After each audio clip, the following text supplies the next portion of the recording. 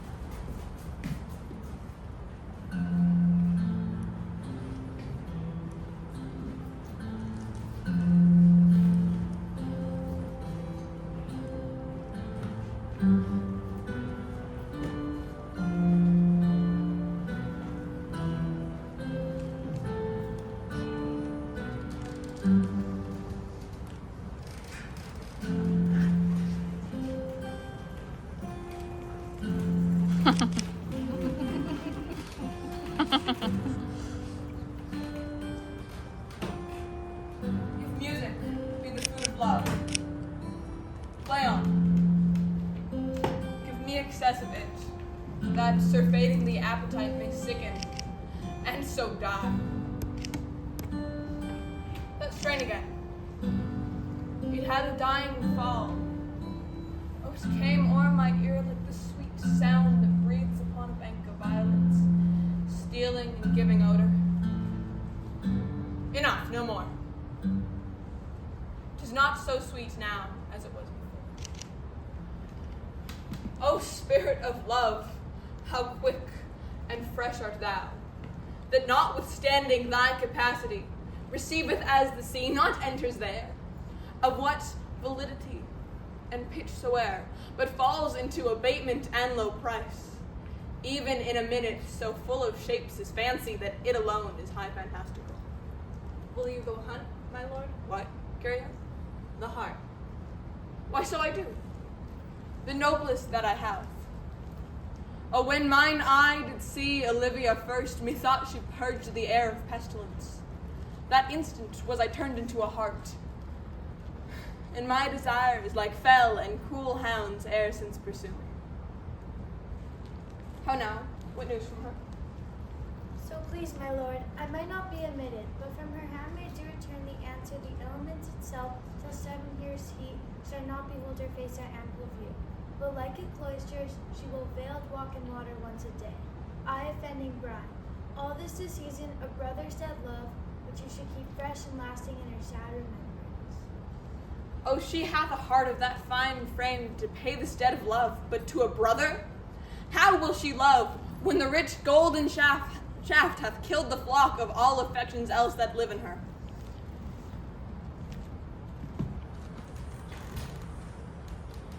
Away before me, sweet beds of flowers. Love thoughts lie rich when canopied with bowers.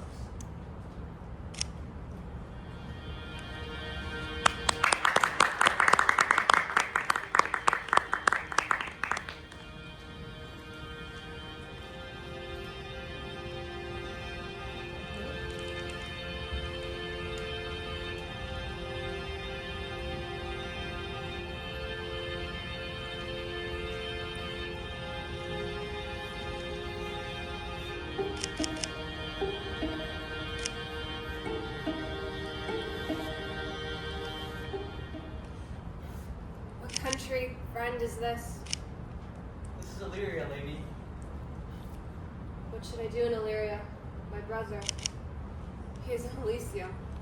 Perchance he is not drowned. What think you, sailor? It is perchance that you yourself were saved. Oh, my poor brother. So perchance may he be. True, madam. But to comfort you with a chance, assure yourself, after our ship did split, when you and those poor numbers saved with you hung on our driving boat, I saw your brother, most provident in peril, bind himself to a strong mast that lived upon the sea. For saying so, there's gold. My own escape unfolded to my hope. Knowest thou this country? Aye, madam. Well, Who governs here? a noble duke in nature as a name, What's the name? Orsino. Orsino. I've heard my father mention him. He was a bachelor then. And so is now, or so very late. For but a month ago I went from hence, then 'twas fresh and murmured that I did seek the love of fair Olivia, What's she? a virtuous maid, the daughter of a count who died some 12 months since, leaving her in protection of his son, her brother, who shortly also died. They say, for whose dear love she had endured the company and sight of men. Oh, that I served this lady. I might not be introduced to the world till I made my own occasion mellow what my estate is. That were hard to compass, because she will admit no kind of suit. No, not the Duke's. There is fair behavior in thee, Captain. I prithee, conceal me what I am and be my aid. For such disguise as happily shall become the form of my intent. I'll serve this Duke. Thou shalt present me as a eunuch to him. It may be worth thy pains if I can sing and speak in many forms of music that may be very worth thy service. In time I will commit, only shape thou thy silence to my wit. Be you his eunuch, and your meat I'll be. When my tongue blabs, then let mine eyes not see. I thank thee. Lead me on.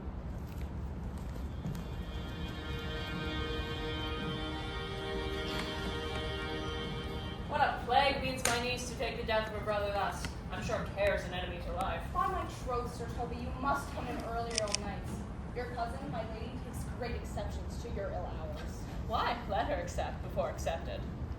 Aye, you must confine yourself within the modest limits of order. Confined? I will confine myself no finer than I am. These clothes be good enough to drink in, and so be these boots too.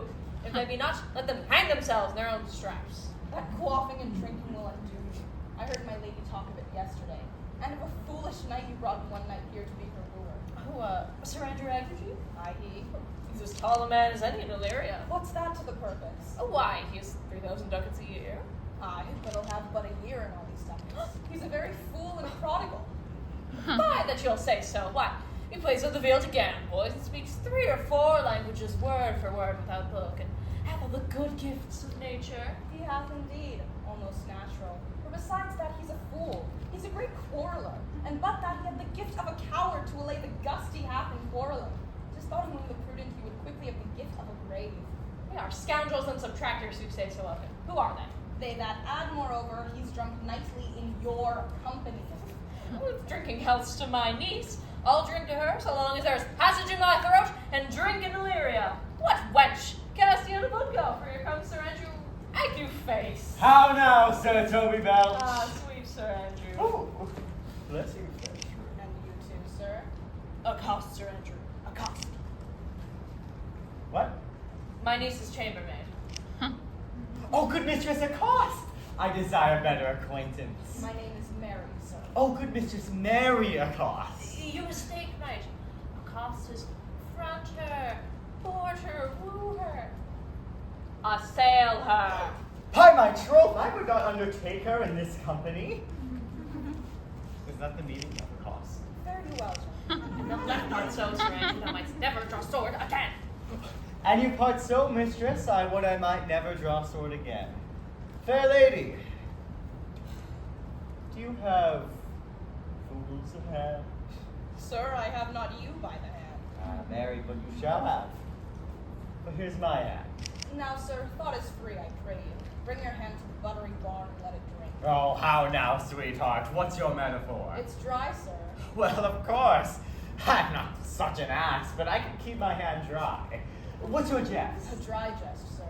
Are you full of them? I have them at my fingers' ends. Mary, now that I let go your hand, I am barren. Oh, knight. Thou lackest a cup of canary. Whenever did I see thee so put down? Never in your life, I think. Unless you see canary put me down.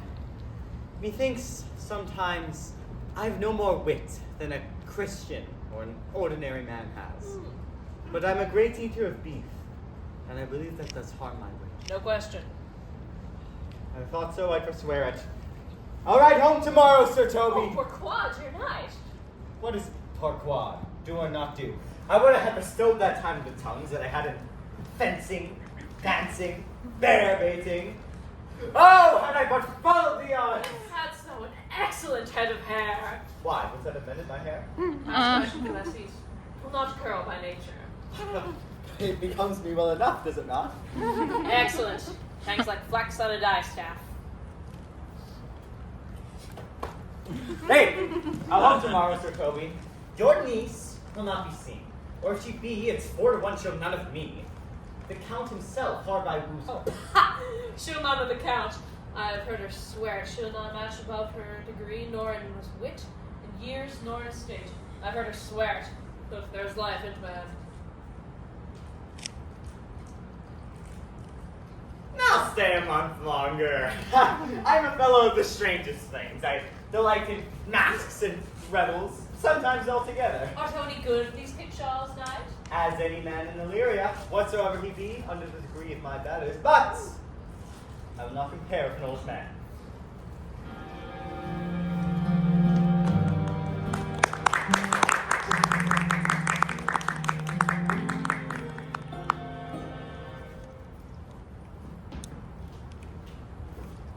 If the Duke continue these favors towards Cesario, there are much like to be advanced.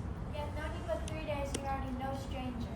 You either fear his humor or my negligence that you call in question the continuance of his love. Is he constant, sir, in his favors? No, believe me. I thank thee. Here comes the count. Who saw Cesario help? On your attendance, my lord, here. Stand your while, Luke. Cesario, Thou knowest no less, girl. I have entrusted to thee the book even of my secret soul. Therefore, good youth, address thy gate unto her. Be not denied access, stand at her doors, and tell them there thy fixed foot shall grow till thou have audience. Sure, my noble lord, if she be so abandoned to her sorrow as it spoke, she'll never admit me. Be clamorous, and leave all civil bounds rather than make unprofited return. Say I do speak with her, my lord. What then? Oh, then unfold the passion of my love. Surprise her with discourse of my dear faith. It will become thee well to act my woes, and she will think it better in thy youth than of a nuncio of more brave aspect. I think not so, my lord. Dear lad, believe it.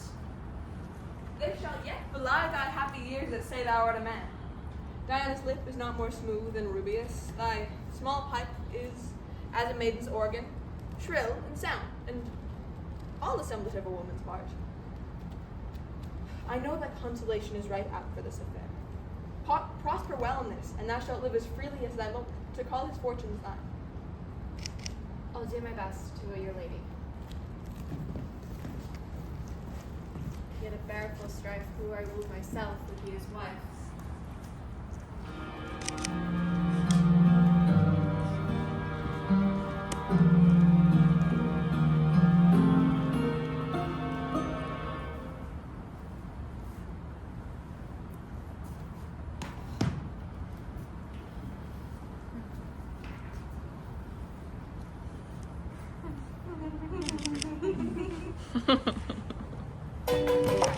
Nay, tell me where thou hast been, or I will not open my lips so wide as a bristle may enter in the way of thy excuse. My lady will hang thee for thy absence. Let her hang. He that is well hanged in this world needs to fear no colors. Yet you will be hanged for being so long absent. Or to be turned away. Is that not as good as a hanging to you? Many a good hanging prevents a bad marriage. And for being turned away, let summer bear it out. Well, go thy way. If Sir Toby would leave drinking, thou wert as witty as a piece of Eve's flesh as any in Illyria. Peace, you rogue. No more of that. Here comes my lady. Make your excuse wisely. You were best. And be thy will, put me into good fooling. Better a witty fool than a foolish wit. God bless thee, lady. Take the fool away. Do you not hear, fellows? Take away the lady. Go to. You're a draft. I'll know more of you. Besides, you grow dishonest. The lady bade take away the fool, therefore I say again, take her away. Sir, I bade them take away you. Ah, misprison in the highest degree. Good Madonna, give me leave to prove you a fool. Can you do it? Dexterously, good Madonna. Make your proof. Good Madonna, why mournest thou? Good fool for my brother's death. I think his soul is in hell, Madonna. I know his soul is in heaven, fool. The more fool, Madonna, to mourn for your brother's soul being in heaven. Take away the fool, gentlemen. What think you of this fool, Malvolio? Doth he not mend? Yes, and shall do till the pangs of death shake him. Infirmity that decays the wise doth ever make the better fool. God send you, sir, a speedy infirmity, for the better increasing your folly. How say you to that, Malvolio? I marvel your ladyship takes delight in such a barren rascal. I saw him put down the other day with an ordinary fool that has no more brain than a stone. Look you now, he's out of his guard already. Unless you laugh and administer occasion to him, he is gagged. I protest, I take these wise men that crow so at these set kind of fools no better than the fools' zanies. Oh, you are sick of self-love, Malvolio, and tasted with distempered appetite. There is no slander in an allowed fool, though he do nothing but rail, nor no railing in a known discreet man, though he do nothing but reprove. Now Mercury endue thee with leasing, for thou speakest well of fools. Madam, there is at the gate a young gentleman much desires to speak with you. From the Count Orsino, is it? I know not, madam. 'Tis a fair young gentleman, and well attended. Who of my people hold him in the way? Sir Toby, madam, your kinsman. Fetch him off, I pray you. He speaks nothing but madman. Fie on him. Go you, Malvolio. If it be a suit from the Count, I am sick, or not at home, which you will to dismiss it. Now you see, sir, How your fooling grows old and people dislike it. Well, you have spoken for us all, Madonna, as if thy eldest son should be a fool. For look where he comes. Thy kinsman as a most weak pia-mater. By mine honor, half drunk. What is he at the gate, cousin? A gentleman. A gentleman. Tis, What's gentleman? tis a gentleman here. Oh. Like these pickle herring. How now, sot? Good Santoni. Cousin, how have you come so early by this lethargy? Ha! Lechery. I defy lechery. There's one at the gate. Aye. Mary, what is he? Ah, let him be the devil and he will, I care not. Give me faith, sir. Ah, go on.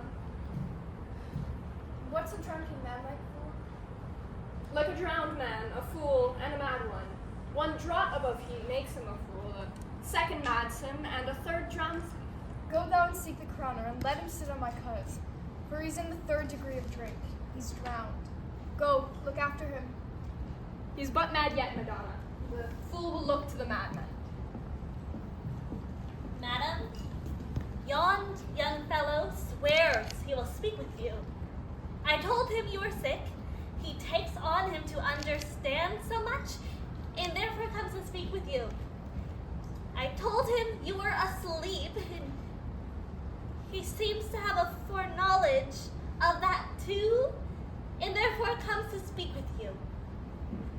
What is to be said to him, lady? He's fortified against any denial. Tell him he shall not speak with me. Has been told so. He says he'll stand at your door like a sheriff's host and be the supporter to a bench, but he'll speak with you. What kind of man is he? What of mankind? What manner of man? A very ill manner. He'll speak with you, will you or no? Of what personage and years is he? Not yet old enough to be a man, nor young enough to be a boy. He's very well mannered and speaks very shrewishly. One would think his mother's milk were scarce out of him. Let him approach. Call in my gentlewoman. Gentlewoman, my lady calls. Come, give me my veil. Throw it over my face.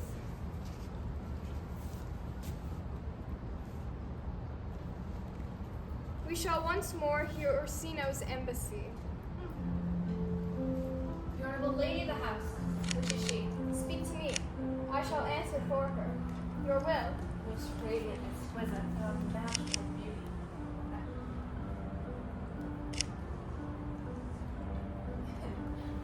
I pray you, tell me if you be the lady of the house, for I never saw her. It would be loath to pass away my speech. Besides, it is excellent well penned. I have taken great pains to con it. Whence came you, sir? I can say a little more than I have said, and that question's out of my part. But gentlemen, give me the honest assurance if you be the lady of the house, and I may proceed in my speech. Are you a comedian? No, my profound heart, yet I am not that I play. Are you the lady of the house? If I do not usurp myself, I am. Most certain, if you are she, you do observe yourself. For what is yours to bestow is not yours to reserve. But this is for my commission, so I will on with my speech in your praise and show you the heart of my message. Come to what is important in it. I forgive you the praise. Alas, I took great pains to study it, and 'tis poetical. It is the more like to be feigned. I pray you keep it in. I heard you were saucy at my gates, and allowed your approach rather to wonder at you than to hear you. If you be not mad, be gone. If you have reason, be brief. It alone concerns your ear. I bring no overture of war, no taxation of homage. I hold the olive in my hand. My words are as fun of peace as matter. Yet you began rudely. What are you? What would you? What I am and what I would are a secret to maidens' ears, divinity to any other's profanation. Give us the place alone. We shall hear this divinity. Now, sir, what is your text? Oh, sweet lady. A comfortable doctrine, and much may be said of it. Where lies your text? In Orsino's bosom. In his bosom. In what chapter of his bosom? to answer by the method in the verse of his heart.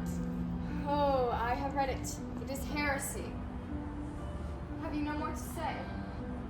Madam, let me see your face. Have you any commission from your lord to negotiate with my face? You are now out of your text. But we will draw the curtain and show you the picture. Look you, sir, such a one I was this present is not well done. Excellently done. If God did all, lady, you are the cruelest she alive. You will lead these graces to the grave and leave the world no copy. Oh, sir, I will not be so hard-hearted. I will give out divers schedules of my beauty. It shall be inventoried, and every particle and utensil labeled to my will, as item, 2 lips indifferent red, item, 2 gray eyes with lids to them, item, 1 neck, 1 chin, and so forth. Were you sent hither to praise me? I see what you are. You are too proud. But if you were the devil, you are fair. Lady, my lord and master loves you. Oh, such love could be but recommenced, though you have crowned the nonpareil of beauty. How does he love me? With adorations, fertile tears, with groans that thunder love, with sighs of fire. Your lord does know my mind. I cannot love him. Yet I suppose him virtuous, know him noble, of great estate, of fresh and stainless youth, a gracious person, but I cannot love him. He might have took his answer long ago. If I did love you in my master's flame, such a suffering, such a deadly life, in your mind I would find no sense. I would not understand it. Why? What would you? Make me a willow cabin at your gate and call upon my soul within the house. Write loyal cantons of condemned love and sing them loud even in the dead of night. With the babbling gossip of the air cry of Olivia. You should not rest between the elements of air and earth, but you should pity me. You might do much. What is your parentage? Of my fortunes, yet my estate is wealth. I am a gentleman. Get you to your lord. I cannot love him. Let him send no more. Unless, perchance, you come to me again, to tell me how he takes it. Fare you well. I thank you for your pains. Spend this for me. I am no fee post, lady. Keep your purse. My pastor nor myself lack recompense. God makes his heart of flint that you shall love. Let your fervor, like my master's, be placed in contempt. Farewell for cruelty. What is your parentage? Above my fortunes, yet my state is well. I am a gentleman. Be sworn thou art. Thy tongue, thy face, thy limbs, actions, and spirit do give thee fivefold blazon. Not too fast. Soft. Soft, unless the master were the man. How now? Even so quickly may one catch the plague? Well, let it be. What ho, Malvolio! Here, madame, at your service. Run after that same peevish messenger. The count is mad. He left his ring behind him. Would I or not tell him all none of it? Desire him not to flatter with his lord. I'm not for him. If that be you should come this way tomorrow, I'll give him reasons for it. Hide thee, Malvolio. Madam, I will. I do I know not what, and fear to find mine eye too great a flatterer for my mind. Fate, show thy force. Ourselves we do not owe. What is decreed must be, and be this so.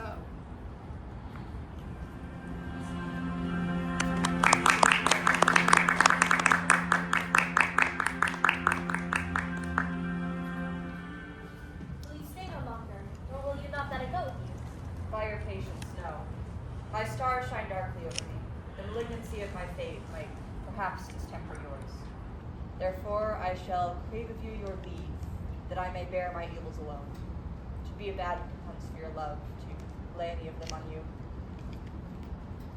Let me know of you whither you are bound. No suit, sir. My determined voyage is mere extravagancy. But I perceive in you so excellent a touch of modesty that you will not extort from me what I am willing to keep in. Therefore, it charges me in matters, the rather to express myself. You must know me then. Antonio, My name is Sebastian, which I call Rodrigo. My father was that Sebastian Messalin, whom I know you have heard of. He left behind him myself and a sister, both born in an hour. And if the heavens had been pleased, would we had so ended, but you, sir, altered that. For some hour before you took me from the breach of the sea, was my sister drowned. Last the day. A lady, sir, though it said she much resembled me, was yet of many accounted beautiful yet. Though I could not with such esteemable wonder overfar believe that, yet thus far I will boldly publish her. She bore a mind that envy could not call fair. She is drowned already, sir, with salt water, though I seem to drown her remembrance again with more. Pardon me, sir, your bad entertainment. Oh, good Antonio, forgive me your trouble. If you will not murder me for my love, let me be your servant. If you will not undo what you have done, that is, kill him whom you have recovered, desire it not. Fare you well at once. I am bound to Count Orsino's court. Farewell. The gentleness of all gods go with thee. I have many enemies in Orsino's court, else would I very surely see thee there. But come what may, I do adore thee so that danger shall seem sport, and I will go.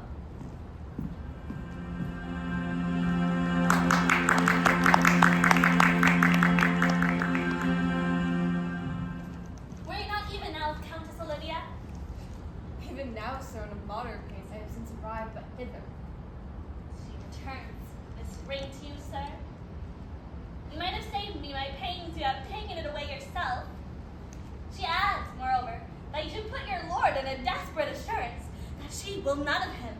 And one thing more, that you'll never be so hardy to come again in his affairs, unless it be to report your lord's taking of this. Receive it so. She took no ring of me. I'll have none of it. Come, sir. You peevishly threw it to her, and her will is that it should be so returned. If it be worth stealing for, there it lies in your eye. If not, be it his that finds it.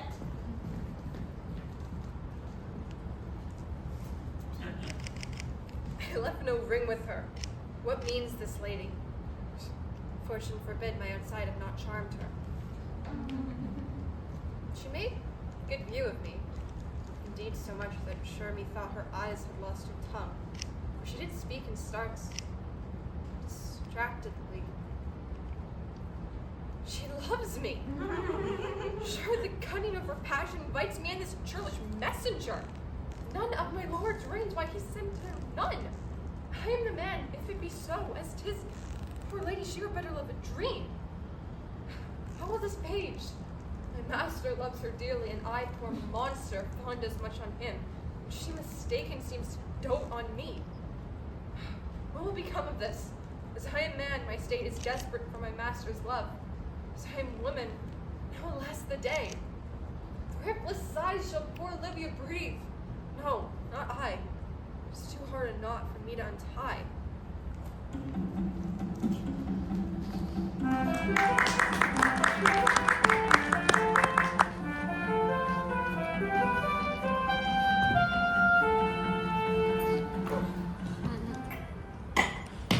Approach, Sir Andrew, for not to be in bed after midnight is to be up betimes, and Junco Sagara thou knows.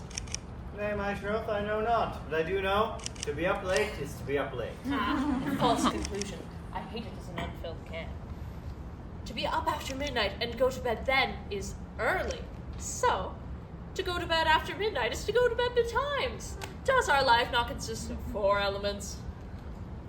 Faith, so they say, but I think it rather consists of eating and drinking. Ah, thou art a scholar. Let us therefore eat and drink. Mariah, I say, stoop a wine.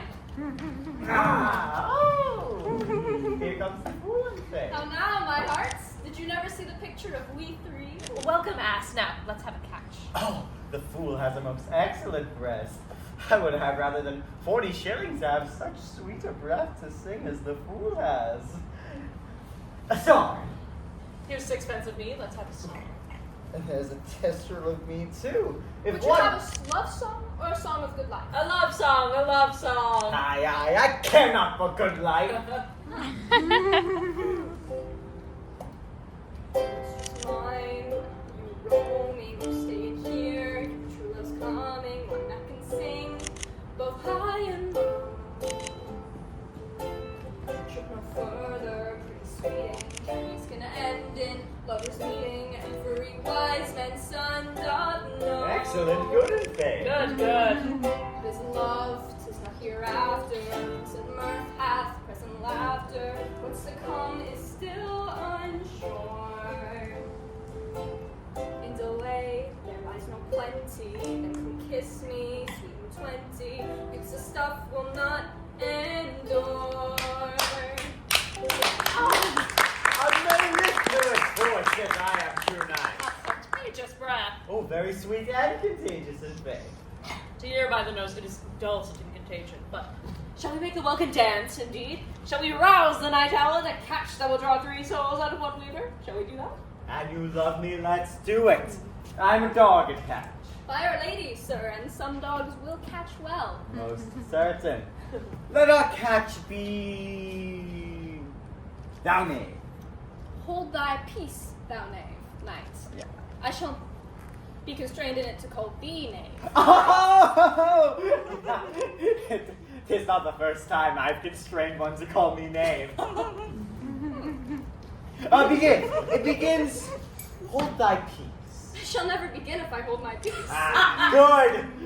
Begin. What the caterwauling do you keep here? If my lady have not called up her steward Malvolio and made him turn you out of doors, never trust me.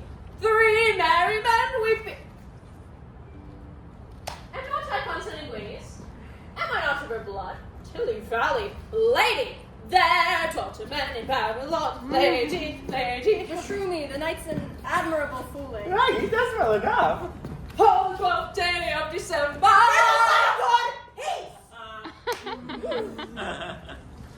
My masters, are you mad? Or what are you?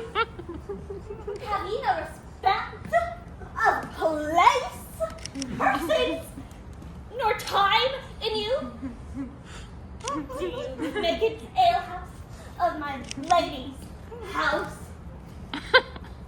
We did keep time, sir. In our catches. Stop!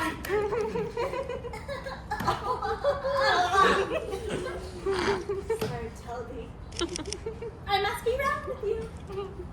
My lady bade me tell you that though she harbors you as her kinsman, she's nothing allied to your disorders. You can separate yourself and your misdemeanors. You're welcome to the house.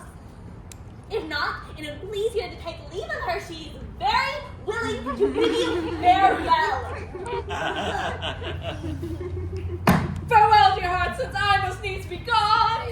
His eyes do show his days are almost done. Even so, But I will never die. Sir Toby, there you lie. this much of Shall I courtesy let in him a go? What and if you do? Shall I bid him go and spare not? Oh, no, you dare not. Out of tune, sir, ye lie. Art any more than a steward? Dost thou think because thou art virtuous there shall be no more cakes and ale? Mistress Mary, if you prize my lady's favor, and anything more than contempt would not give means for this uncivil rule, he shall know it. She shall by this hand. Go shake your ears. Troy's got a deed to drink when a man's a hungry, to challenge him in the field, break promises with him, and make a fool of him. No, not all right be a challenge, or deliver thy indignation by word of mouth. Sweet Sir Toby, be patient for tonight. Since the youth at the councils today with thy lady, she has been much out of quiet. As for Monsieur Malvolio, let me alone with him. If I do not gull him into a knave or to make him a common recreation, do not think I have wit enough to lie straight in my bed. I know I can do it. Possess us.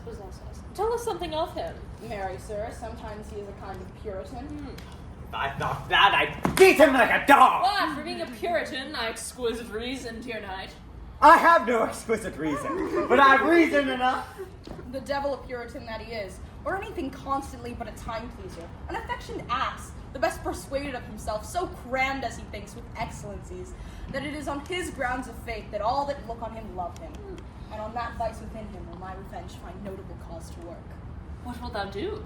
I will drop in his way some obscure epistles of love, wherein, by the color of his beard, the shape of his leg, the manner of his gait, the expression of his eyes, forehead, and complexion, he shall find himself most feelingly personated.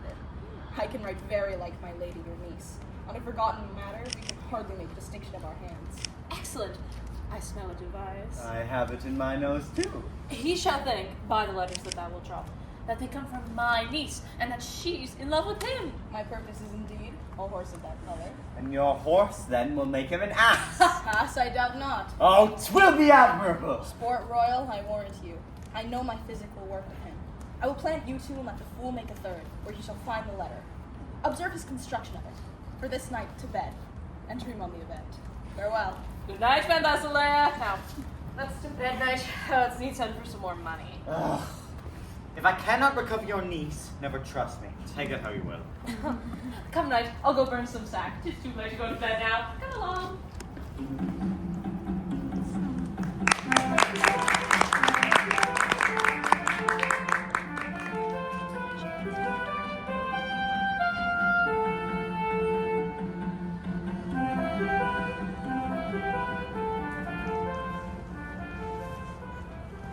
Give me some music.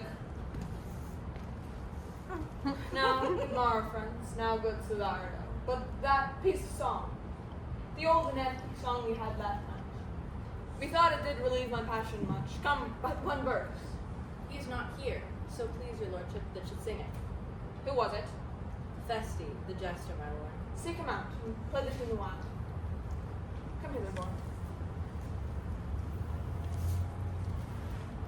If ever thou shalt love, in the sweet pangs of it remember me. For such I am as all true lovers are, unstayed and skittish in all motions else, save for the constant image of the creature that is beloved. Say, how dost thou like this tune? It gives a very echo to the seat where love is thrones. Thou dost speak masterly, my life upon it. Young though thou art, thine eye hath stayed upon some favor that it loves. Hath it not, boy? A little by your favor. What kind of woman is? Of your complexion. She is not worthy then. What years of faith? About your years, my lord. Too old, by heaven. Still the woman take an elbow than herself. For boy, however we do praise ourselves, our fancies are more giddy and infirm, more longing, wavering, sooner lost and worn than women's are. Think it well, my lord. And let thy love be younger than thyself, or thy affection cannot hold the bent. For women are as roses, whose fair flowers, once being displayed, doth fall that very hour. And so they are. Alas, they are so. To die even when they to perfection grow. Oh, fellow, come. The song we had last night. Mark it, Cesario. It was old and plain. It was silly sooth, and dallied in the innocence of love, like the old age. Are you ready, sir? Aye, prithee, sing. Come away, death. And in sad cypress let me be laid. Fly away, breath. I am slain by a fair and cruel maid. My shroud of white stuck all with you. Oh, prepare it. My part in death, no one so true did share it. 1,000 sighs to save, lay me aware. Sad true lover, never find my grave to leave there. There's for thy pains. No pain, sir. I take pleasure in singing, sir. I'll pay for thy pleasure. Truly, sir, and pleasure will be paid, one time or another. Give me now leave to leave thee. Now the melancholy God protect me. Farewell.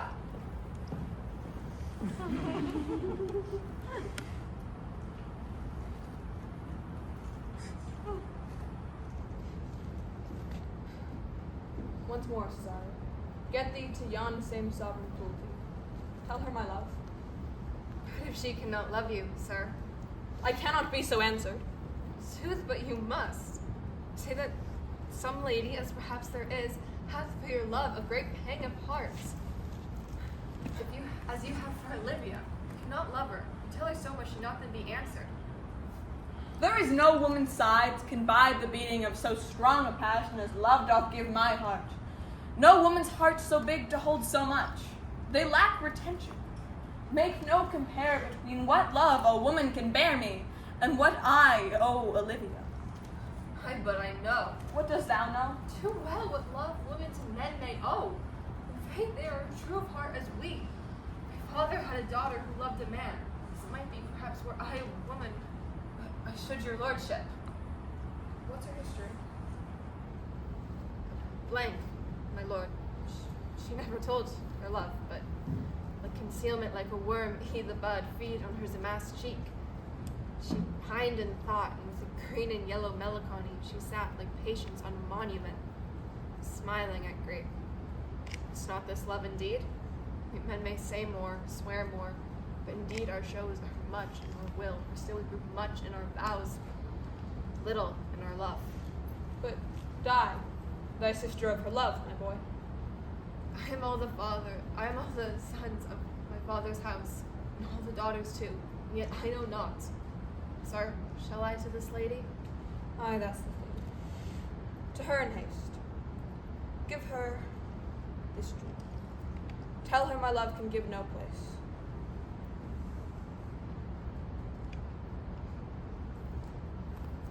Bide no delay.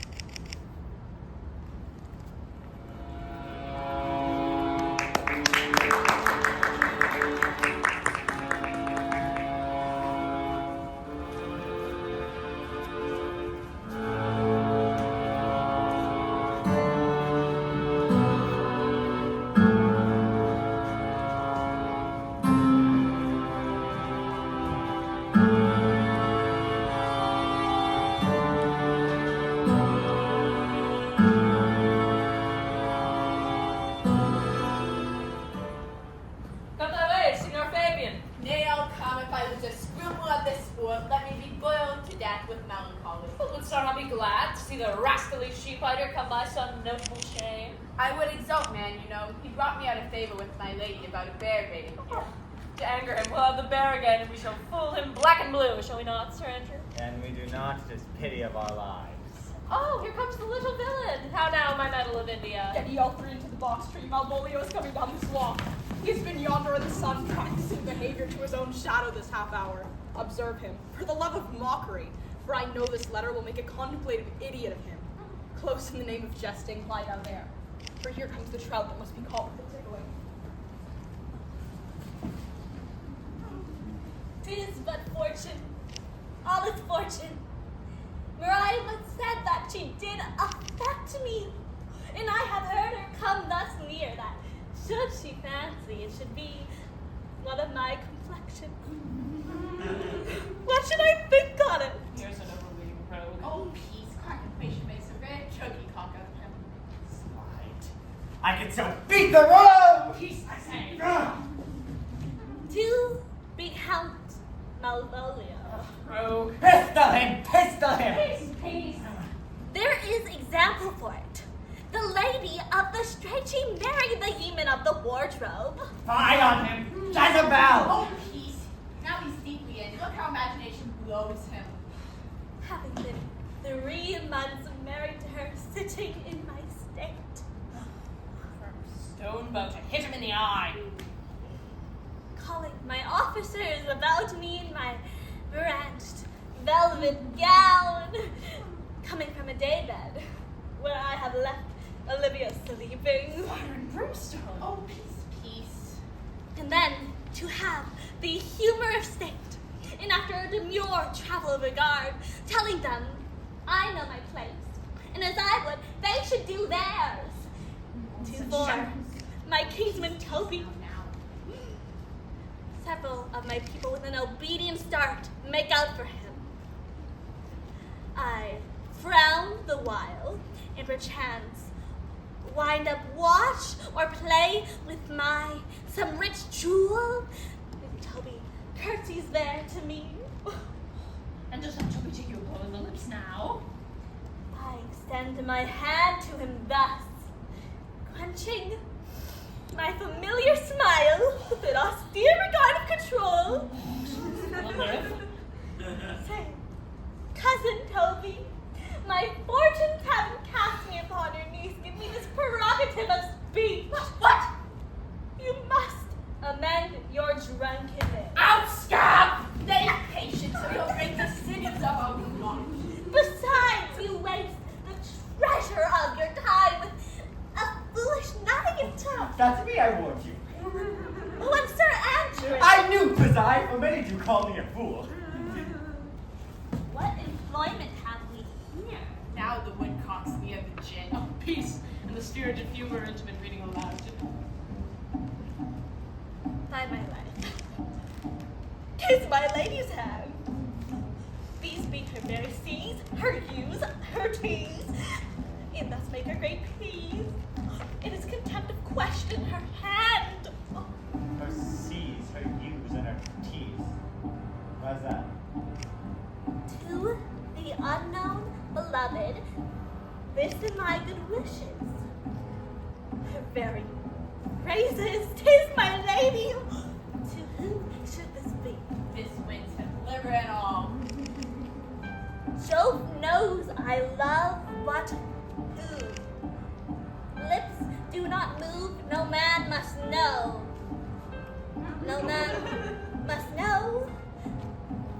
What follows the numbers altered? No man must know if this should be to thee, Malvolio. Hang me.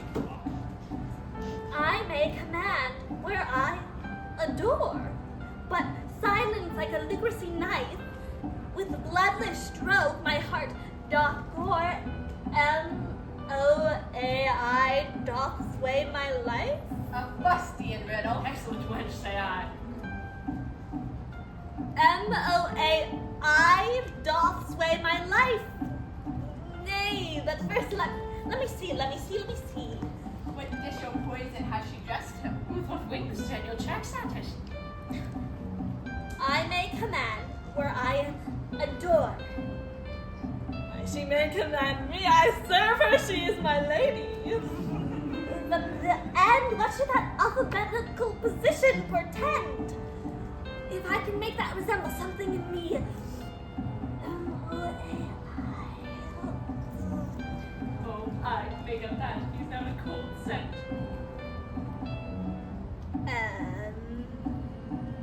Malvolio! And that begins my name. Did I not say he'd work it out? The cur is excellent at faults. But there's no consonancy in the sequel. That suffers under probation. A should follow, but O does. And O shall end, I hope. Hiram, cuddle in and make him cry out. And then I comes behind. But the simulation is not as the former. Oh, and yet to crisis a little it would bow to me, for every one of these letters are in my name. Softly, here follows prose. If this fall into thy hand, revolve?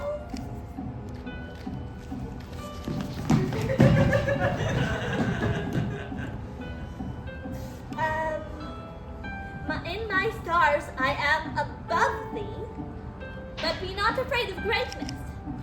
Some are born great, some achieve greatness, and some have greatness thrust upon them. Thy fates open their hands, let thy blood and spirit embrace them, into inure thyself to what thou art like to be, cast thy humble slough and appear fresh. Be opposite with a kingsman, surly with servants. She thus advises thee that sighs for thee. Remember who commended thy yellow stockings, and wish to see thee ever cross-gartered. I say remember. Go to, thou art made if thou desirest to be so. Farewell, she lady that would alter services with the unfortunate unhappy. This is open. I will be proud. I will baffle Sir Toby. I will wash away gross acquaintance. I will not let myself fool myself to let imagination jade me for every reason excites of this. That my lady loves me. She did praise my yellow stockings of late. She did commend my legs being cross-gartered. And in this, she manifests herself to my love. Oh, my stars, I thank thee. I am happy. I will be straight, stout, in yellow stockings, and cross-gartered even with the swiftness of putting them on. My Jove and my stars be praised, here is yet a postscript. Thou canst not choose but know who I am, if thou entertainest my love. Let it appear in thy smilings. Thy smiles become thee well. Therefore, in my presence still smile, dear my sweet, I prithee. This is open. I will be proud. I will baffle Sir Toby. I will wash away gross acquaintance. I shall not fool myself to let imagination jade me, for every reason excites to this that my lady loves me. She did praise my yellow stocking. She did commend my leg being cross-gartered, and in this she manifests herself to my love. My stars, I am happy. I will be straight, stout, in yellow stockings, and cross-gartered even with the swiftness of putting them on. Jove and my stars be praised, here is yet a postscript. Thou canst not choose but know who I am, if thou entertainest my love, let it appear in thy smiling. Thy smiles become thee well. Therefore, in my presence still smile. Dear my sweet, I pray. Shall I thank thee? I will smile. I will do everything that thou wilt have me.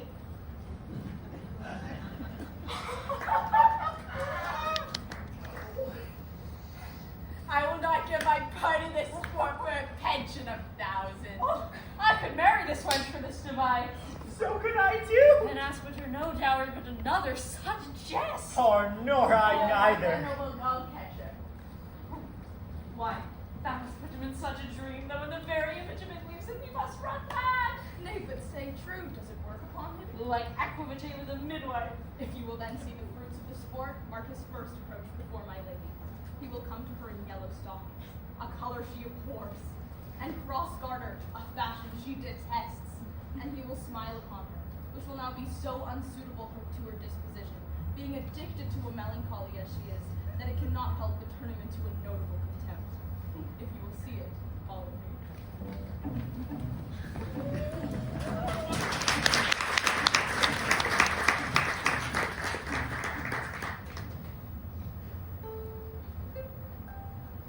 Safely, friend, in thy music. Dost thou live by thy tabor? No, sir, I live by the church. Art thou a churchman? No, sir, I do live by the church. For I do live at my house, and my house doth stand by the church. So thou must say the king lies by a beggar, if beggar dwell near him. Or thy church stands by thy tabor, if thy tabor stands by thy church. You have said, sir. I warrant thou art a merry fellow, carest for nothing. No, sir, I do care for something, but in my conscience, sir, I do not care for you. If thou didst care for nothing, then I wouldn't make you invisible. Art not thou Lady Olivia's fool? No, sir. The Lady Olivia has no folly. She will keep no fool, sir, till she be married. Husbands are like fools as pilchards are to herrings. The husband's the vicar. No, I am indeed not her fool. I am more her corrupter of words. I saw thee late, I come of Zeno's. Foolery, sir, I think I saw your wisdom there. Nay, thou hast upon me. Hold no more with thee. Hold. Dispense with me. Now Jove and his next commodity of hair send thee a beard. My brethren tell me I am a little sick for one. I would not have it grow on my chin. Thy lady within. Would not a pair of these have bred, sir? Yes. Kept together. Put to use. My lady is within. I will construe to them whence you come. Who you are and what you would are out of my welkin, I would say element, but the word is overworn. This fellow is wise enough to play the fool. To do that well, there's a sort of wit. God save you, gentlemen. And you, sir, You can go, monsieur. if all so steep. I hope sure you are, and I'm yours. Will you encounter the house? My niece's desires you should enter, should your trade reach her. I'm bound to your niece, sir. I mean, she's the list of my voyage. Why, taste your legs, sir. Put them to motion. My legs do better understand you, sir, than I do you, bidding me taste my legs. I mean, to go, sir. To enter. I'll answer you with gate entrance, but we are for that. Honorable lady of the house, the heavens rain or yours on you. Thank you, Sir Culture. They know theirs, well. My duty, madam, to your most pregnant and vouchsafed here. Pregnant. Oh, there's vouchsafed. I'll get him off 3 already. Let the garden door be shut and leave me to my hearing. Give me your hand, sir. My duty, madam, most humble service. What is your name? Cesario, fair princess. My servant, sir. Your servant to the Count Orsino here. And he is yours. His needs be yours. Your servant's servant is your servant, madam. For him, I think not on him. For his thoughts would they were blanks rather than filled. Madam, I come to whet your gentle thoughts on his behalf. Oh, by your leave, I pray you. I bade you never speak again of him. But would you undertake another suit? I'd rather hear you to solicit that than music from the spheres. Dear lady, Give me leave, beseech you. I did send after the last enchantment you did here. A ring and chastening. So did I abuse myself, my servant, and I fear you. Under your hard construction must I sit, to force that on you, in a shameful cunning, which you knew none of yours. What might you think? Have you not set mine honor at the stake and baited it with all the unmuzzled thoughts that tyrannous heart can think? To one of you receiving enough to show, a cypress not a bosom hides my heart. So let me hear you speak. pity you. That's a degree to love. No, what a prize, which is a vulgar that very often we pity one's enemies. Why then, methinks 'tis time to smile again. O world, how apt the poor are to be proud. If one should be a prey, how much the better to fall before the lion than the wolf. The clock upbraids me with the waste of time. There lies her way to rest. The westward hope, raising good disposition. I'll have no more with me. Nor will I force tears from you. Stay. I prithee, tell me what thou thinkest of me. I think as you not know who you are. If I think so, I think the same of you. You think you right, I am not what I am. I would you were as I would have you be. Would it be better, madam? I wish it might, for now I am your fool. Cesario, by the roses of the spring, by maidhood, honor, truth, and everything. I love thee so, that maugre all thy pride, nor wit nor reason can my passion hide. For do not extort thy reasons from this cause, for that I rue thou therefore hast no cause. But rather reason thus with reason fetter. Love sought is good, but given unsought is better. My innocence, I swear, by my youth I tell thee, I have one heart, one bosom, and one truth, and that no woman has, or never none shall mistress be of it, save I alone. And so, adieu, fair madam, never more can my master's tears to you deplore. Yet come again, for thou perhaps mayst move that heart which now abhors to like his love.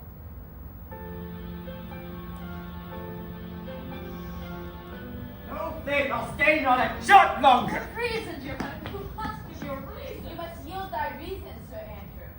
Mary, I saw your niece do more favors to the Count's serving man than she ever bestowed upon me. Did she see thee while old boy? As plain as I see thee now. This was a great argument of love in her towards you. Slight, only make an ass of me. I'll prove it legitimate, sir, upon the oaths of judgment and reason. And they have been grand jurymen since before Noah was a sailor. She showed favor to the youth and you say only to exasperate you, to set fire in your heart and brimstone in your liver. You then should have accosted her with some excellent jest, rectifying new from the myth. You'd set sail into the north of my lady's opinion, unless you do redeem it by some laudable attempt about a vow or policy. But it must be without, for policy I hate. Why then, fill me thy fortunes upon the basis of valor. Challenge me to count youth to a duel. Fight him, hurt him in 11 places. My niece will take note. And assure thyself there is no love broker in the world that may more prevail in man's condemnation with woman than report of valor. There is no way but this, Sir Andrew. Will either of you bear me a challenge to it? Go, be cursed and brief, write it in a martial hand. No matter how witty, be it so eloquent and fond of invention. Taunt him with a license of aim. Let there be gall enough in eyeing. For the righteous with the goose pen, there's no matter about it. Where shall I find you? We'll call the incubator. No? This is a dear mannequin to you, Sir Toby. I have been dear to him, lad, some 2,000 strong or so. We'll have a real letter from him, but he'll not deliver. Never trust me then, and by all means stir upon the youth for an answer. Oh, you're the youngest friend of nine comes. If you desire to sweet and wish to laugh yourself into stitches, follow me. Young Bill Malvolio is turned heathen, a very renegade. He's wearing yellow stockings. And cross-gartered? Most villainously. He does obey every point of the letter that I dropped in the trade. He does smile his face in the more lines that is in the new. I know my lady will strike him. If she do, he'll smile and take it for a great favor. Well, come, bring us where he is.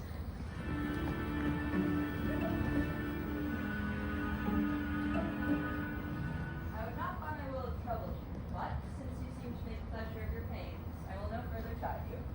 I could not stay behind you. My desire did spur me forth, and not a love to see you, but jealousy what might befall your travel.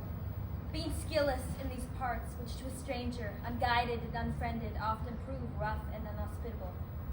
My willing love, the rather by these arguments of fear, set forth in your pursuit. My kind Antonio.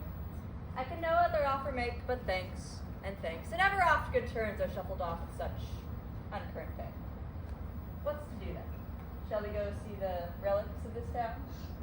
Would you'll pardon me, I did not without danger walk these streets.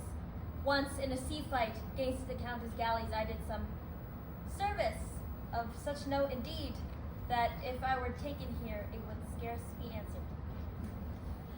Belike you slew a great number of his people. The offense is not of such bloody nature, albeit the quality of time and quarrel only myself stood out, for which, if I be lapsed in this place, I shall pay dear. Do not the watch open. It doth not fit me. Hold, sir. Here's my purse. Why on your purse? At the suburbs at the Elephant is best to lodge. I will bespeak our diet while you beguile your time with the view and knowledge of the town. There shall you have me.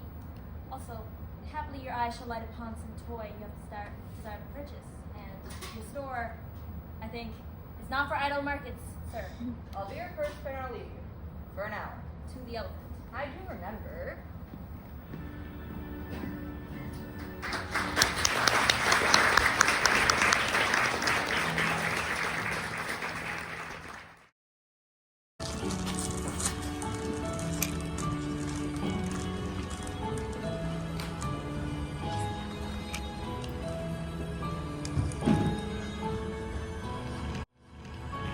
I have sent after him. He says we're come. How shall I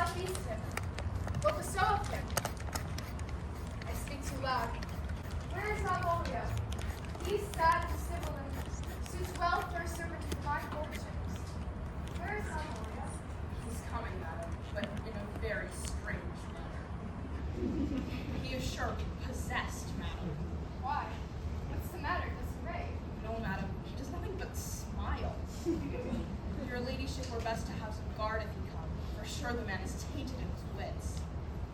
Go call him hither. I am as mad as he. If sad and merry madness he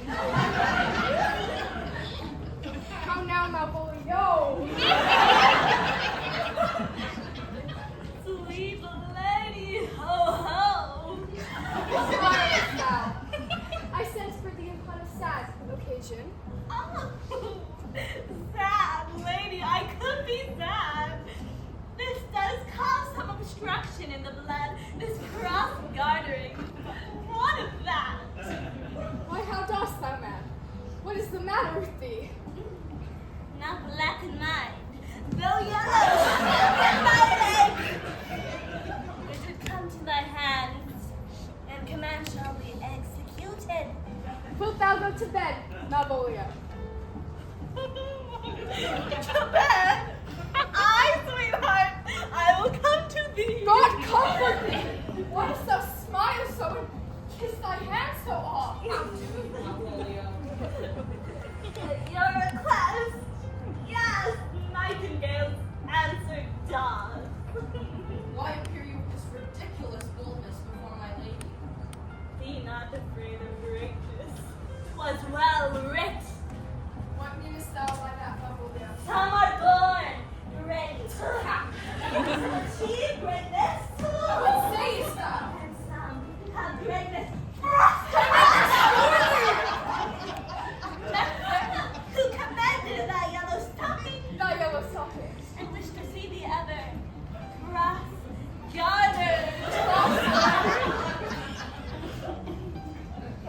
Go to, thou art made if thou desirest to be so.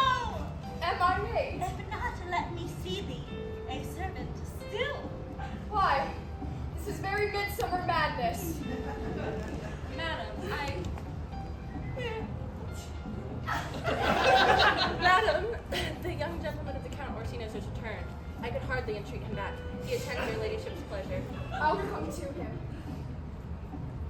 Good Maria, let this fellow be looked to. Where's my cousin Toby? I would not have him miscarried for the half of my dowry. Oh, do you come near me now? Nowhere's man than Sir Toby to look to me. This concurs directly with the letter. She sends him on purpose so that I may appear stubborn to him. For she tells me that in the letter.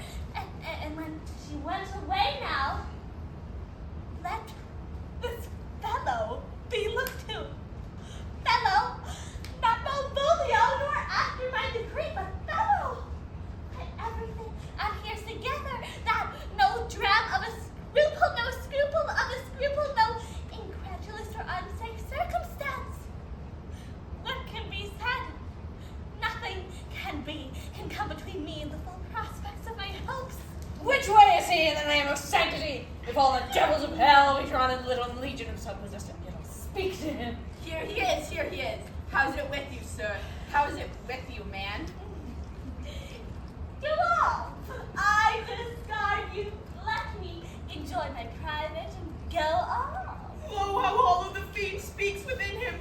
Did not I tell you, Sir Toby, my lady prays you to have a care of him? Oh, does he now? Prithee, hold thy peace. You must be gentle with him. Let me alone with him. How goes it with you, Malvolio? How is it? What man? Defer the devil. Consider.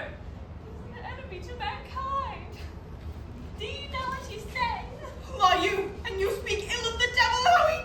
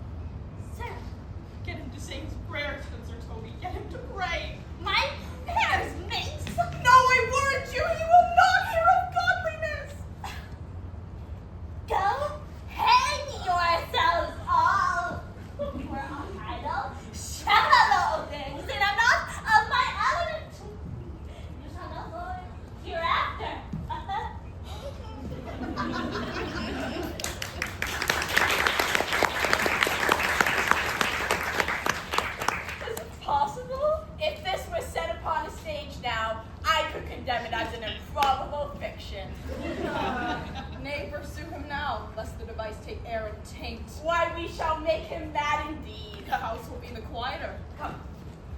We'll have him in a dark room and bound. My niece has already believed he's mad, and we may carry each thus. For our pleasure and his penance till our very pastime. Tired of the breath promise us to have mercy on him. Oh, let's see. More matter for a May morning. Here's the challenge. Read it. Warn there's vinegar and pepper in it. It's so saucy. Yeah, I warned him. Do but read. Oh, give me.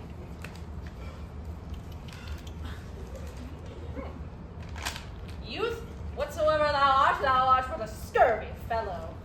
Good and valiant. Wonder not, nor admire in thy mind why I do call thee so, for I will give thee no reason for it. A good note, one that keeps you from the blow of the law. Thou comest to the Lady Olivia, and in my sight she does treat thee well, though thou liest in thy throat. This is not the matter upon which I challenge thee. Very brief and exceedingly good senseless. Good. I will waylay thee going home, whether it be thy chance to kill me. Good. Thou killest me like a rogue and a villain. Very good. One that'll keep you from the windy side of the law. Good luck, and may God have mercy upon one of our souls. He may have mercy upon mine, though my luck is better.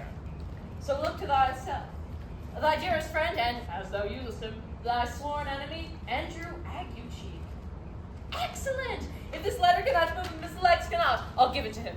You may have a very fit occasion for it. He is gallants of commerce with my lady and will abide by the part. Go, stranger.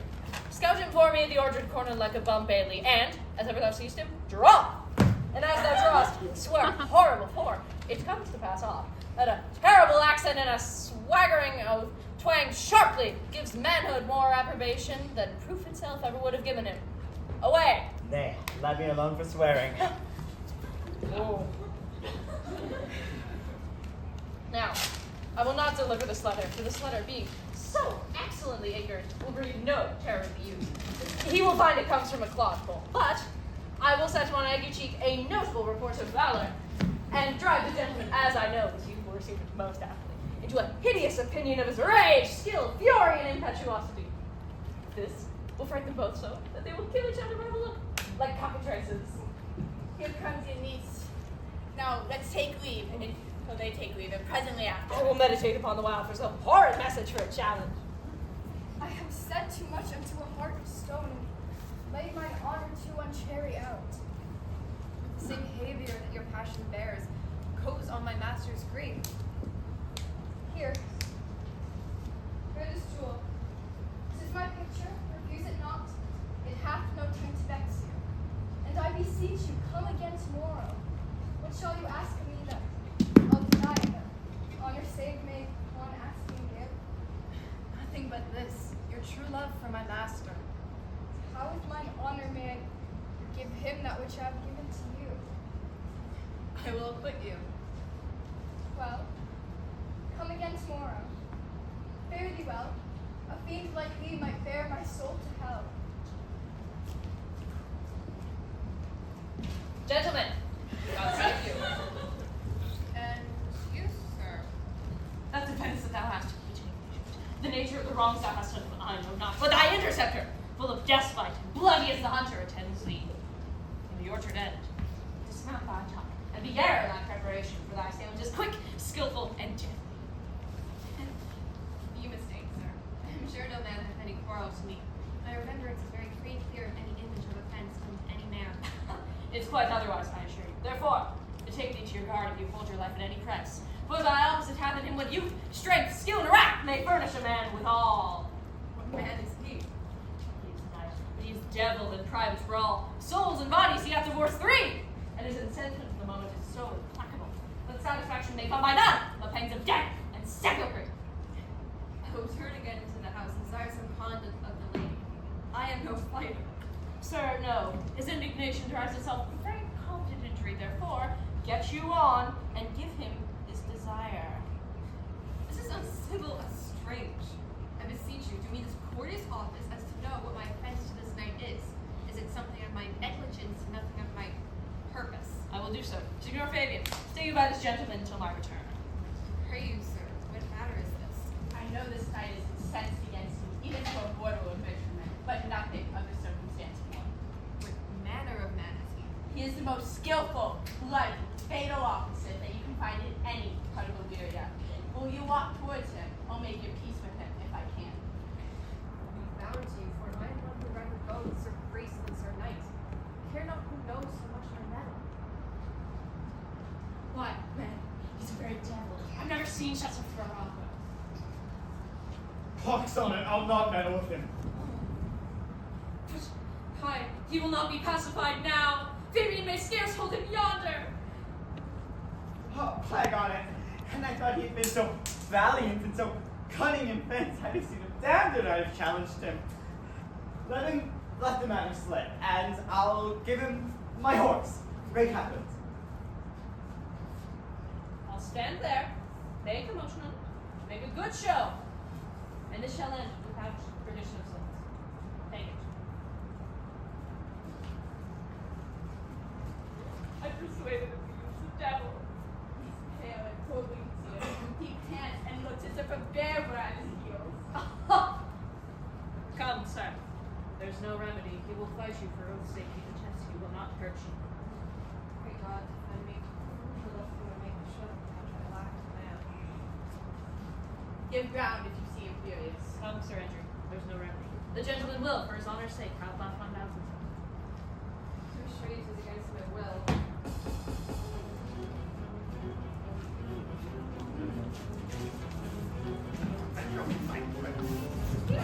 You're gonna kill someone like that! What?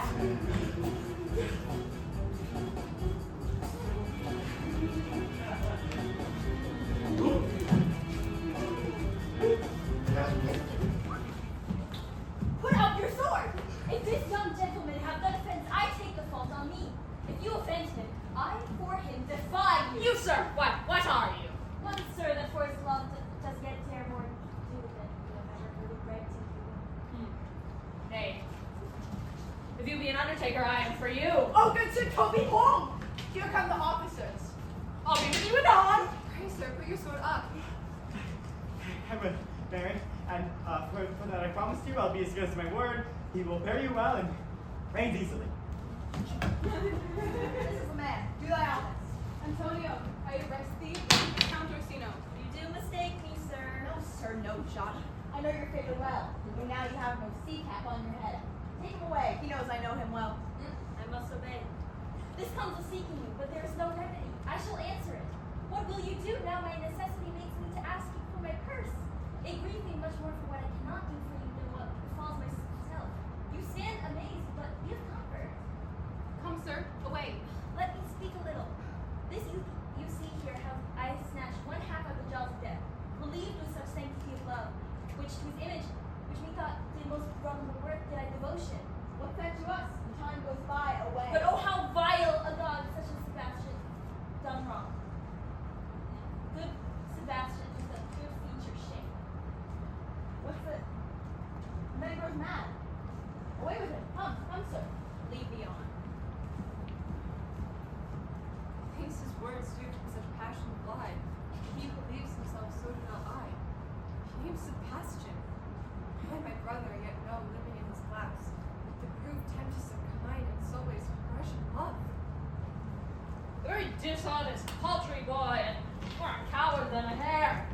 His dishonesty appears in leaving his friend here, and necessity in denying him, and of his cowardship, why, ask Fabian. A coward, a most devout coward, religious in it. Excellent. I'll after him again and beat him. Do cuff him soundly, but never draw thy sword. And I do not. Come, let's see the event. I barely have any money, told me nothing yet.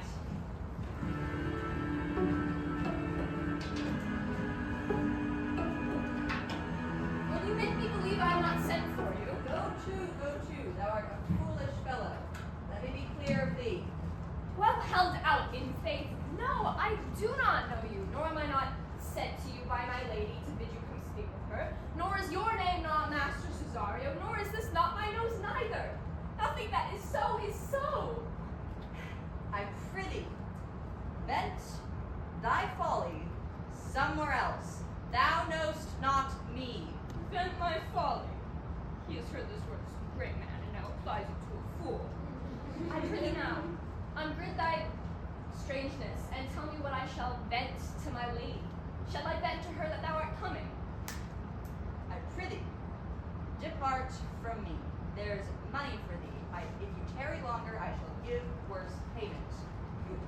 wise men that give fools money because it's all a good report.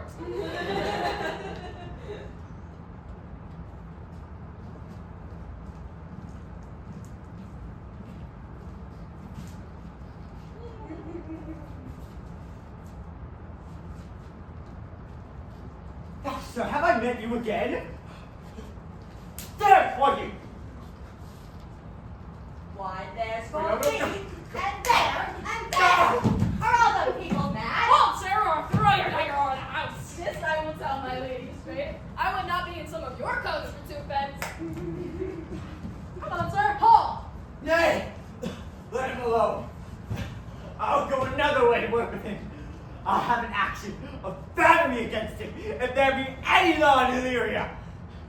Though I struck him first, it's no matter for that. Let go thy hand. Come, sir, I will not let you go. Come. Oh, my young soldier, you are well fleshed. Hold, Toby!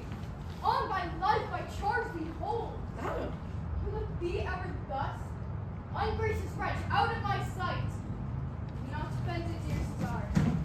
Bruise be begone! I pray thee, gentle friend, if thy fair wisdom not, thy passion sway in this uncivil, and thou injustice spent against thy peace. Go with me to my house, and hear thou there how many fruitless pranks this ruffian have botched up, that thou thereby mayst smile at this. Thou shalt not choose but go, do not deny. What relish is in this? How runs the stream? Or am I mad, or else this is the dream? Let fancy still my sense and leave thee sleep, if it be thus to dream. Still, let me sleep. Nay, come, I prithee, but thou to be ruled by me. Madame, I will. Oh, say so, and so be.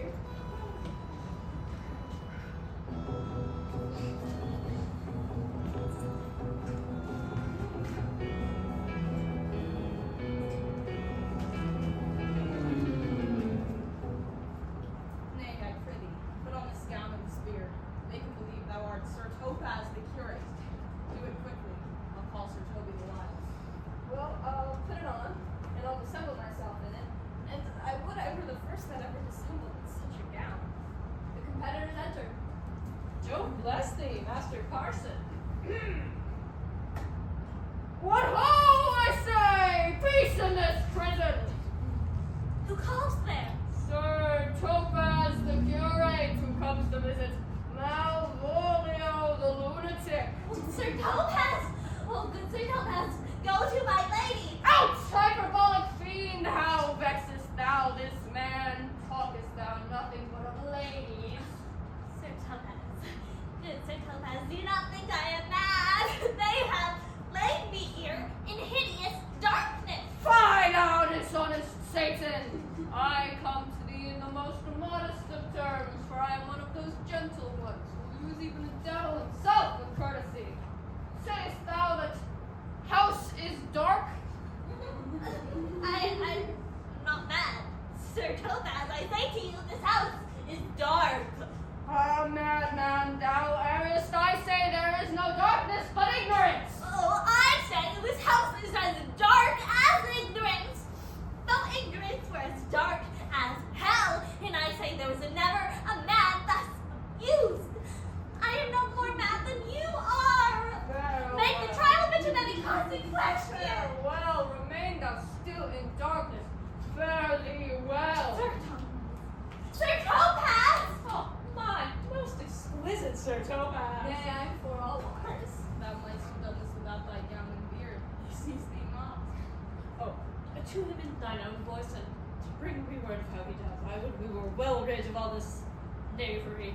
If it may be convenient and delivered, I would you were. For now I am so far in defense of my niece that I can no longer pursue with any safety to the upshot. Oh, come I might my chamber. Hey, Robin, jolly Robin, tell me how thy lady does. Fool. My lady is unkind, purdy. Fool. Alas, why is she so? Fool. She loves another who calls, huh? Good fool, as ever thou lookest well at my hand, help me to a candle, ink, and paper, as I'm a gentleman, and I'll live to be thankful to thee for it. Master Malvolio! The Who fool fell you beside your 5 wits? never was a man so notoriously abused. I am as well in my wits fool as thou art. As well in your wits. And you are a man indeed if you know better in your wits than a fool. They have propertied me, kept me in darkness, sent ministers to me, asses, and do all they can to face me out of my wits. That is what you say, sir. The minister is here. Malvolio, Malvolio, thy wits the heavens restore. Endeavor thyself to sleep and leave thy vain bibble babble. Maintain no words with him, good fellow. Who? I, sir. Not I, sir. God be with you, good Sir Topaz. Marry, amen. I will, sir, I will. Fool. Fool, I say! Alas, sir, be patient. What say you, sir? I'm ashamed for speaking to you. Good fool, help me to some light and some paper. I tell thee, I'm as well in my wits as any man in Illyria. Can they, when it'll sit down to my lady, it shall advantage thee more than any bearing of latter day. I will help you to it, but tell me true, are you not but mad indeed, or do you but counterfeit? Believe me, I am not. I tell thee true. Well, I'll never believe a madman till I see his brains. I will help you to some light and paper and ink. Good fool, I will fight thee in the highest degree. I pray thee be gone.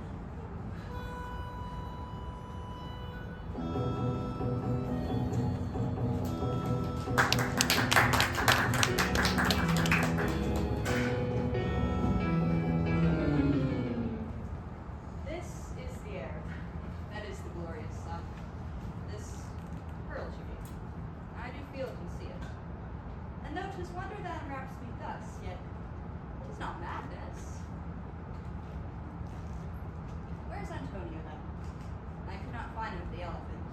Yet there he was, and there I found this credit that did rage the town to seek me out.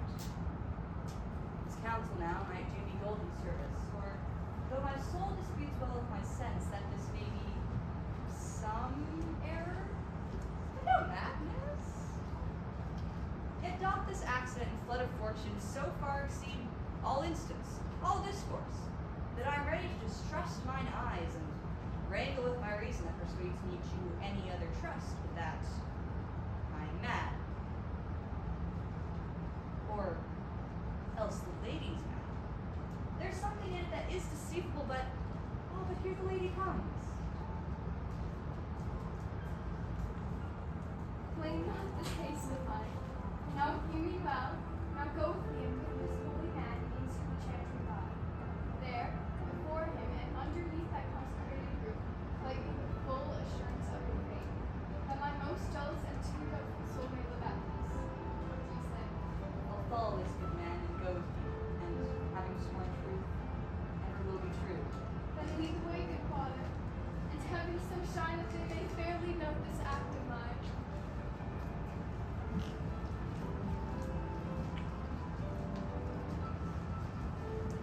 Now as thou lovest me, let me see his letter. Good Master Fabian, grant me another request. Belong you to the Lady Olivia, friends? Aye, sir, we are some of her trackers. I know thee well. How dost thou, my good fellow? Truly, sir, the better for my foes and the worse for my friends. Just the contrary, the better for thy friends. No, sir, the worse. How may that be? Marry, sir, my friends, they praise me and make an ass of me, and my foes, they tell me plainly that I am an ass. So by my foes, sir, I profit in the knowledge of myself, and by my friends I am abused. Inexcellent. By my troth, sir, no, though it please you to be one of my friends. Thou shalt not be the worse for me. There's Marry, sir, lullaby to your bounty till I go. I will awake then.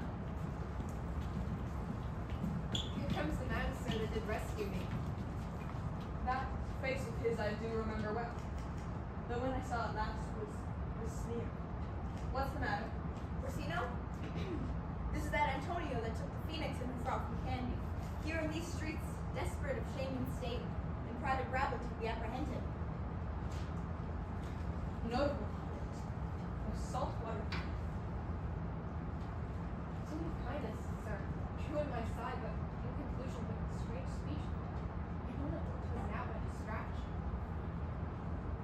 What foolish boldness brought thee to their mercies, whom thou, in terms so bloody and so dear, hast made thine enemies? Orsino, noble sir, be pleased that I shake off these names you give me. Antonio never yet was thief or pirate, though I confess on basin ground enough, Orsino's enemy. Witchcraft drew me hither. That most ungrateful boy there by your side, from the rude seas enraged and foaming now, did I redeem.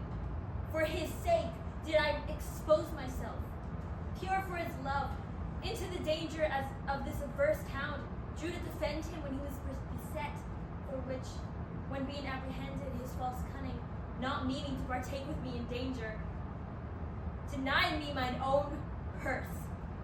How can this be? When came he to this town? Today, my lord, and 3 months before. No interim, not a minute's vacancy, both day and night we keep company. Here comes the Countess. Now heaven walks on earth. But thee, fellow, thy words are madness. Take him aside.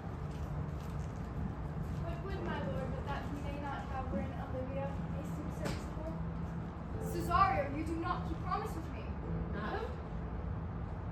Still so cruel. Still so constant, lord. What superversioness? You uncivil lady, whose ingrace and inauspicious altars my soul, the faithfulest offerings, hath breathed out that air devotion tender. What shall I do? Even would it please my lord, thou shalt become him. Why should I not? Had I the heart to do it, kill what I love. A savage jealousy that sometimes savors nobly. But this, your minion, whom I know you love, and whom by heaven I swear, tender dear, him will I tear out of that cruel eye where he sits crowned in his master's spite. Come, boy, with me. My thoughts are ripe in mischief. I'll sacrifice the lamb that I do love, spite a raven's heart within a dove. And I most often willingly, to be rest 1,000 deaths to die. Where goes Cesario? With him, I love more than I love these eyes. More by all moors than her I shall love life. Ay me! Detested! How am I beguiled? Who does beguile you? Who does do you wrong? Hast thou forgot thyself? Is it so long? Call forth the Holy Father! Come, away! Whither, my lord? Cesario! Husband, stay! Husband? Hey, husband, can he that deny? Her husband, Sirrah. No, my lord, not I. Alas, it is the basis of thy fear that makes thee strangle thy propriety. Fear not, Cesario. Take thy fortunes up. Be that thou knowest thou art, and then thou art as great as that thou fearest. A welcome, father. Father, I charge thee, by thy reverence, here to unfold what thou dost know hath newly passed between this youth and me. A contract, eternal bond of love, confirmed by mutual joinder of your hands, and all the ceremony of this compact sealed in my function. O thou disassembling come, what wilt thou be when time hath so to grizzle on thy case? Farewell, and take her, but direct thy feet where thou and I henceforth may never meet. My lord, I do protest. Do not swear. Hold little faith, though thou hast too much fear. For the love of God, a surgeon! Send one presently to Sir Toby! What's the matter? He hath broken thy head across, and has given Sir Toby a bloody coxcomb too! For the love of God, yeah! Who has done this, Sir Andrew? The Count's gentleman, one Cesario. He's the very devil incarnate! My gentleman, Cesario. Ah, Sagittarius! You broke my head for nothing, and that's what I did. I was set to do it by Sir Toby. Why do you speak to me? I never hurt you. You drew your sword upon me without cause, but I have spoke you fair and hurt you not. Here comes Sir Toby. Halt him. You shall hear more, but if he had not been in drink, he would have tickled your other gates than he did. How now, gentlemen? How is it with you? 'Tis has hurt me, and there is the end of it. Oh, he's drunk. Good Sir Toby, an hour agone. His eyes were set at 8 in the morning. Away with him! Who hath made this havoc with them? I'll help you, Sir Toby. We'll be dressed together. Will you help? An asshead and a coxcomb, a knave, a thin-faced knave, a dog! Get him to bed, and let his hurt be looked to.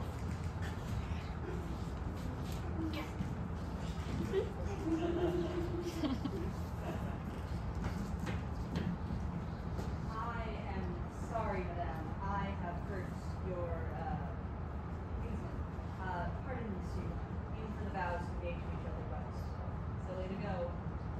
One face, one voice, one habit, and two persons. A natural perspective that is and is not. Oh, Antonio! Oh, my dear Antonio. How have the hours racked and tortured me since I have lost thee? Sebastian, are you?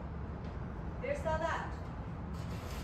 How have you made division of yourself?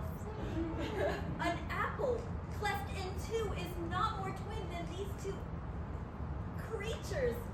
Which is Sebastian? Most wonderful. Do I stand there? I never had a brother. Nor can there be that deity in my nature of here and everywhere. I had a sister, whom the blind waves and surges have devoured. Of charity, what kin are you to me? What countryman? What name? What parentage? Messaging. Sebastian was my father. Sebastian was my brother too. Father had a mole upon his brow. And so am I. Died that day when Viola birthed me, number 13 years. Oh, that record is lively in my soul. Finished indeed this mortal act of the day. My sister made her 13 years.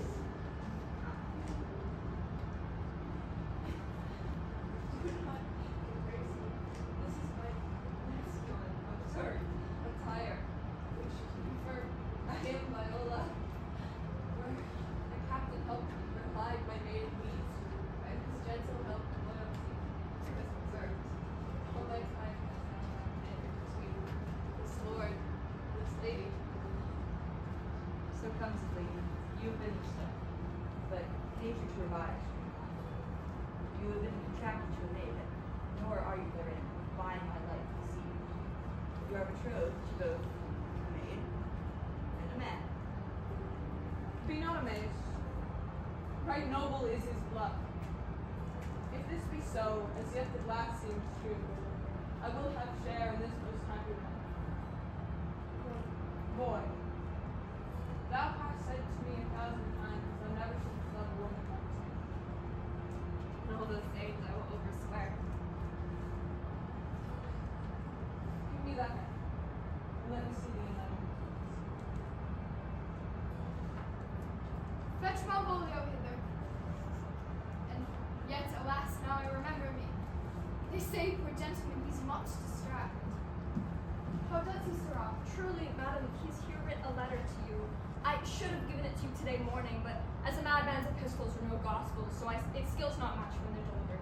Open and read it. Nay, madam, I do but read madness. Read it you, Sirrah. By the Lord, madam, you have wronged me, and the world shall know it. Though you have put me into darkness, yet I have the benefit of my senses as well as your ladyship. I have your own letter which induced me to the semblance that I put on, with which I doubt not but to do myself much right, were you much shame. Think of me as you please, I leave my duty little unthought of, and speak out in my injuries. The mad leaves Malvolio. Did he write this? Aye, madam. This savors not much of interaction. See him deliver, Fabian. Bring him hither. My lord, so please you. These things further thoughts haunt you. Think me as well a sister as a wife. One day shall crown me a lion's mother, so please you. Here at my house and at my proper cost. Madam, I am most happy to embrace your offer. Your master first, and for your service none, here is none. You shall from this time forth be your master's mistress. Sister, you are she.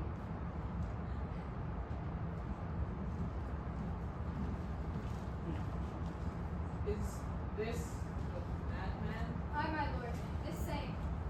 How now, Malvolio? Madam, you have done me wrong. Notorious wrong. Have I, Malvolio? No. Lady, you have. Pray you, peruse that letter. You must not now deny it is your hand. Well, grant it then, and tell me, in the modesty of honor, why you have given me such clear lights of favor. In acting this in an obedient hope, why have you suffered me to be imprisoned, kept in a dark house, visited by the priest, and made the most notorious death in Gaul that e'er invention played on? Tell me why. Alas, Malvolio, this is not my right. Though I confess much like the character, but out of question, 'tis Mariah's act. And now I do bethink me 'twas she first told me thou was mad. Prithee be content, this practice hath most shrewdly passed upon me. But once we know the grounds and authors of it, thou shalt be both the plaintiff and the judge of thine own cause. Good madam, hear me speak. Most freely I confess, myself and Sir Toby set this device against Malvolio here. Upon some stubborn and uncourteous parts, we conceived against him. Mariah here writ the letter at Sir Toby's great importance. Alas, poor fool, how have they baffled me? Some are born great, some achieve greatness, and some have greatness thrust upon them. I will be revenged on the whole pack of you! Malvolio's notoriously abused. Pursue, and entreat him to it. Meanwhile, sweet sister, we will not part from this.